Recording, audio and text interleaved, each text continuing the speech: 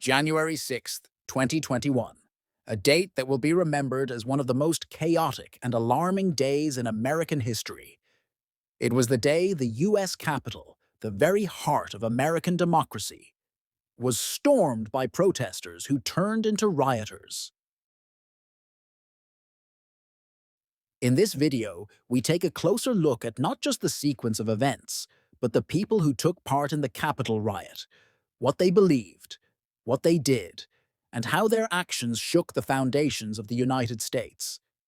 The months following the 2020 U.S. presidential election were marked by disinformation and political division. Donald Trump, having lost the election to Joe Biden, repeatedly claimed the vote had been rigged.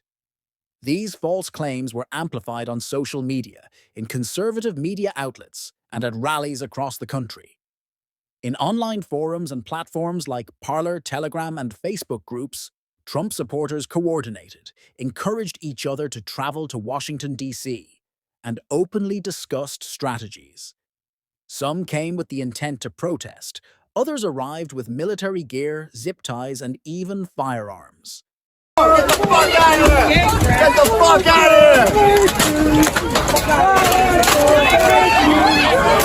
here! The morning of January 6th, thousands gathered at the Ellipse near the White House for the Save America rally. Speakers included Rudy Giuliani and Donald Trump Jr., but the most consequential speech came from Donald Trump himself. He told the crowd to march to the Capitol and said, "You'll never take back our country with weakness."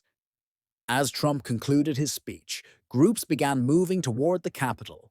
Some were already approaching the barriers, ready to breach them. Protesters chanted, "Stop the steal," as they walked down Pennsylvania Avenue. Many waved Trump flags, American flags, and even Confederate symbols.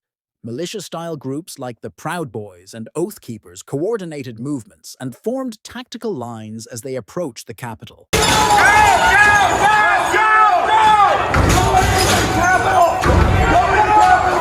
I hope so. I hope so. Because if Mike Pence does the right thing, we win the election.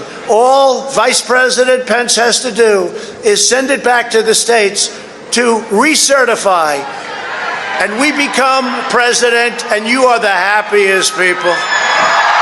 Mike Pence is going to have to come through for us, and if he doesn't, that will be a sad day for our country, because you'll never take back our country.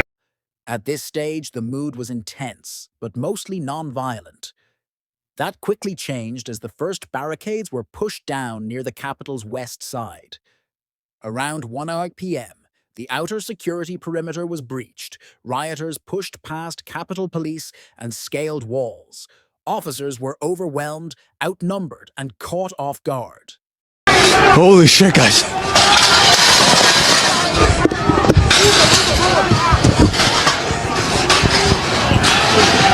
Some protesters wielded flagpoles as weapons. Others used stolen police shields and fire extinguishers. Chants of "Hang Mike Pence" began to echo as gallows were erected outside the Capitol.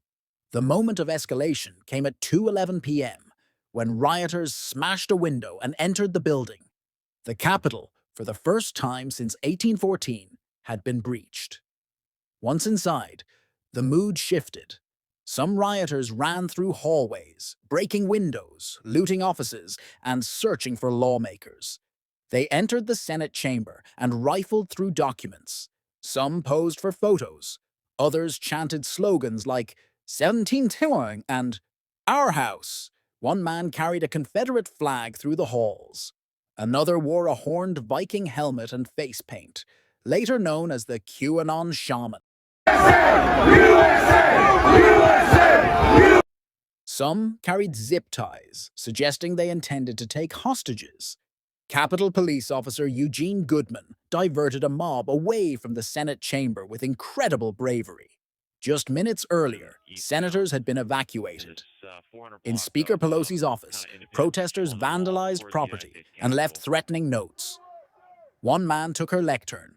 Another, Richard Barnett, posed at her desk and later bragged about stealing her mail.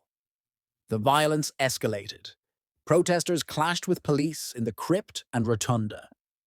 In one confrontation, an officer was crushed between doors.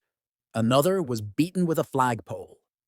Tragically, Ashley Babbitt, an Air Force veteran and Trump supporter, was fatally shot by police as she attempted to climb through a barricaded door near the House chamber. By this point, hundreds were roaming the Capitol freely. Offices were looted, sacred spaces of governance were defiled. Some rioters live-streamed their actions or posted selfies. It took hours for reinforcements to arrive. The National Guard was delayed due to bureaucratic hesitation. Eventually, FBI and Metropolitan Police officers entered the fray. By late afternoon, the tide began to turn. Tear gas was deployed inside the Capitol. Flashbangs were used to clear steps and hallways. One by one, rioters were pushed back. By 6 o'clock p.m., the building was secured. Hundreds of protesters were still outside, but the immediate threat had passed. That evening, Congress reconvened and finished certifying Joe Biden's win. We need backup.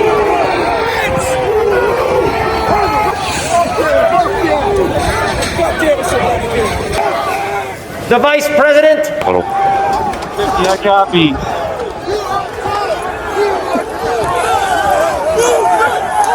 Hold the line! Hold the line! Hold the line! Hold the line! Hold the line! Break the line! 42. We're about 5 miles out. We're trying to make our way through all this.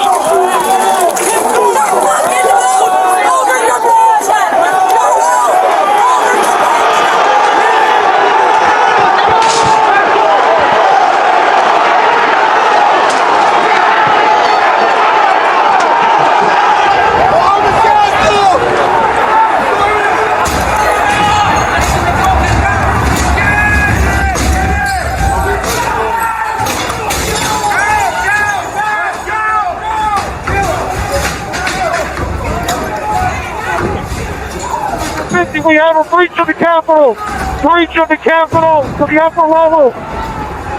Jack, be advised they are requesting additional resources on the east.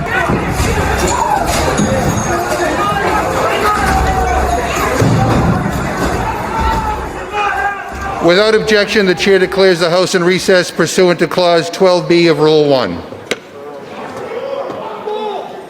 Mike Pence didn't have the courage to do what should have been done to protect our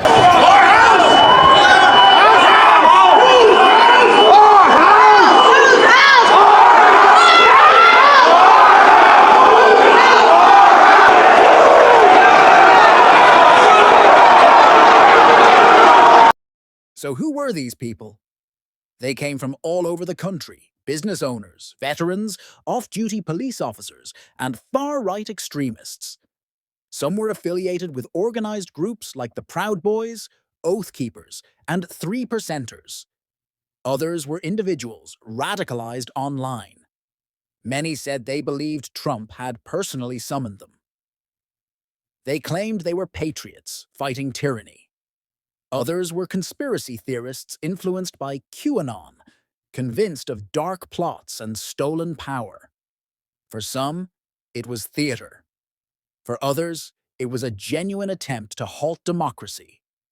In the days that followed, over 1,000 people were arrested. Charges ranged from trespassing to assaulting police to seditious conspiracy. The FBI called it one of the largest investigations in U.S. history. Donald Trump was impeached for a second time. A congressional committee launched an 18-month investigation.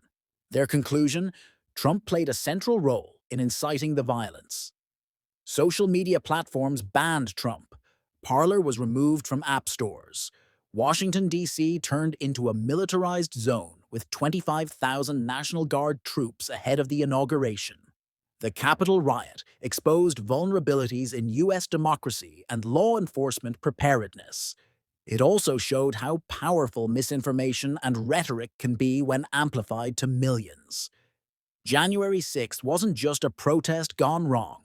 It was a coordinated assault on the peaceful transfer of power.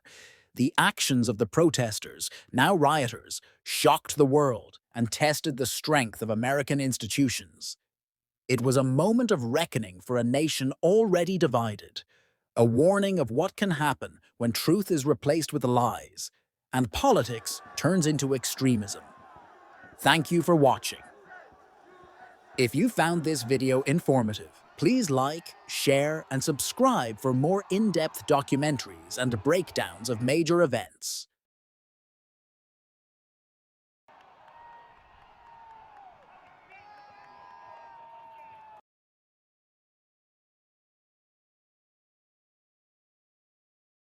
Mentioned the word love, the love in the air. I've never seen anything like it.